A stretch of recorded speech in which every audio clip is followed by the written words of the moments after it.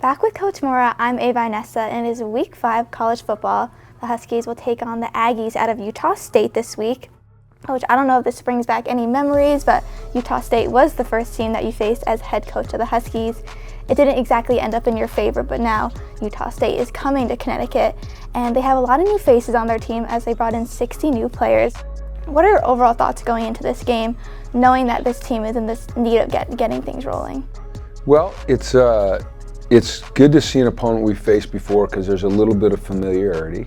That doesn't happen a lot when you're an independent, and so from that standpoint, it's a good thing. Now, it's the same for them. They're getting to see us again. I think both teams have changed. They've changed offensive coordinators, but their head coach is still heavily involved with their offense, so they're doing a lot of the same things. They've got a new quarterback. They've got some new players, but then they've got some guys that they depended on last year and they're depending on again. And I see a really explosive football team that can make a lot of plays and score a lot of points on offense, have, I think, 3 really good running backs, and I see a defense that's opportunistic. And so I think for us, it's about just doing a good job of preparing for our opponent and then going out and try to play to the best of our ability in terms of execution and effort. And so that'll be our focus. Utah State is coming in with a 1-3 record. They rallied a comeback against JMU last week, but they fell short. So they're definitely coming in with a lot of confidence and the intent to finish the job this week. They found chemistry between their true freshman quarterback and one of their best playmakers in the wide receiver, Terrell Vaughn.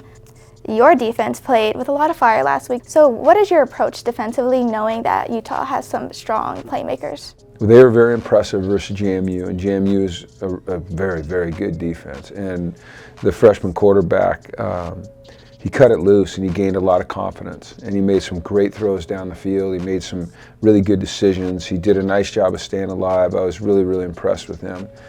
So I think that they've gained some confidence. I think over the last 6 quarters or so, I think our defense has gained a little confidence as well. I don't think the score against Duke reflected the way that we played. We weren't perfect by any means. There's a lot of things we've got to work on.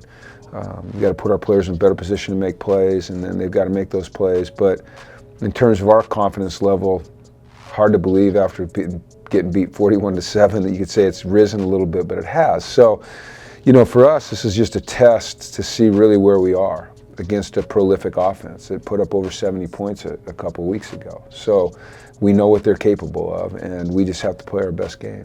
Your offensive line has always been a strong unit of this team with guys like Christian, Chase, Val, and Noel. So with having that strong core in your developed O-line, how are you utilizing that in order to maybe go create bigger numbers in the running game, which will ultimately lead to creating bigger numbers in the receiving game? Well, you're right. So in order to be a balanced offense, you got to be able to do both well. And for us, that's always meant really, leaning a little bit more on our run than our pass. And I felt like our run game's coming along. I think that we're making progress. That if you look at the number last week, we gained 149 yards rushing, but we had some real negative plays that and some sacks that took away from that yardage. So when we look at what real runs we had, we did better. I think our offensive line, has been what I think is the strength of our team and will continue to be the strength of our team. And, we're depending on them and we're asking them to pick it up. And, you mentioned those 4 guys, and Yakari's the 5th, and, you get Chris Fortin in there some, and it's a quality group, man. And, whatever you ask of them, they're going to work as hard as they can to deliver. That's just the type of character that those guys have. It's a unique group, and, I expect them to really show improvement and really show leadership and really show a tenacity that we need to play with as a team. And it's only a cliche because it's true, and that you go as far as your offensive line takes you. And I like our offensive line.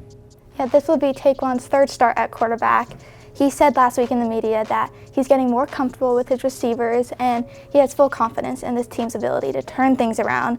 So how have you been working with the offense in practice in order to create better plays or better execution, in order to not just put Taquan in the position to succeed, but also the receivers? Great question. It's about, because the way you asked it is, Our job is to put players in a position to have success, which means asking them to do the things that they do well and try not to put them in positions where they're not doing something that they're not comfortable doing. And so it's a constant education on our part in terms of learning our players, and are they developing in ways that we didn't see, and are they struggling in other ways, and how can we eliminate those struggles. But we all have to support Taekwon, and remembering that Taekwon hasn't played a lot of quarterback in his career. You know, he's a mature, fiery leader, but the fact of the matter, he hasn't played a lot of snaps. And so with every snap that he plays, you expect his confidence to grow, and I see it growing. You know, I look at him at practice this week and I say, wow, he did some things this week I didn't see him do last week.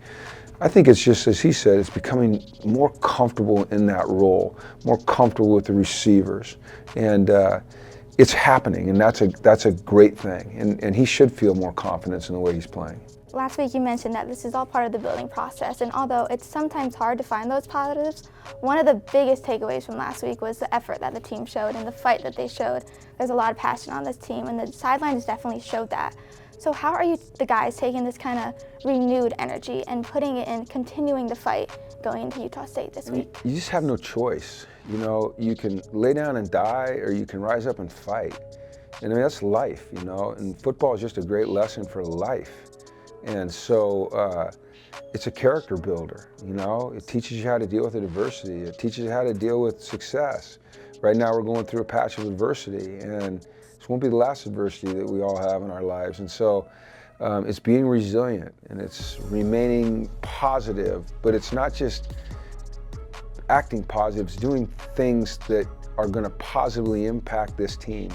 Extra study, extra work, extra visualization, getting to bed on time, you know, making sure you're keeping up with your studies so that, you know, you don't have that hanging over your head when you get to Saturday because you procrastinated. So it's really a total commitment, and I see our guys grasping that. College is about learning, you know, whether you're in the classroom or you're on the field, and sometimes the toughest situations teach you, you know, the lessons that are most valuable, and I think that's happening here. Yeah, the Huskies will wrap up their 3-game homestand this weekend as they will face Utah State this Saturday, September 30th. Kickoff is at 12 o'clock noon on CBS Sports Network. Make sure to pack the rent. Coach, thank you so much, and good luck this week. Thank you.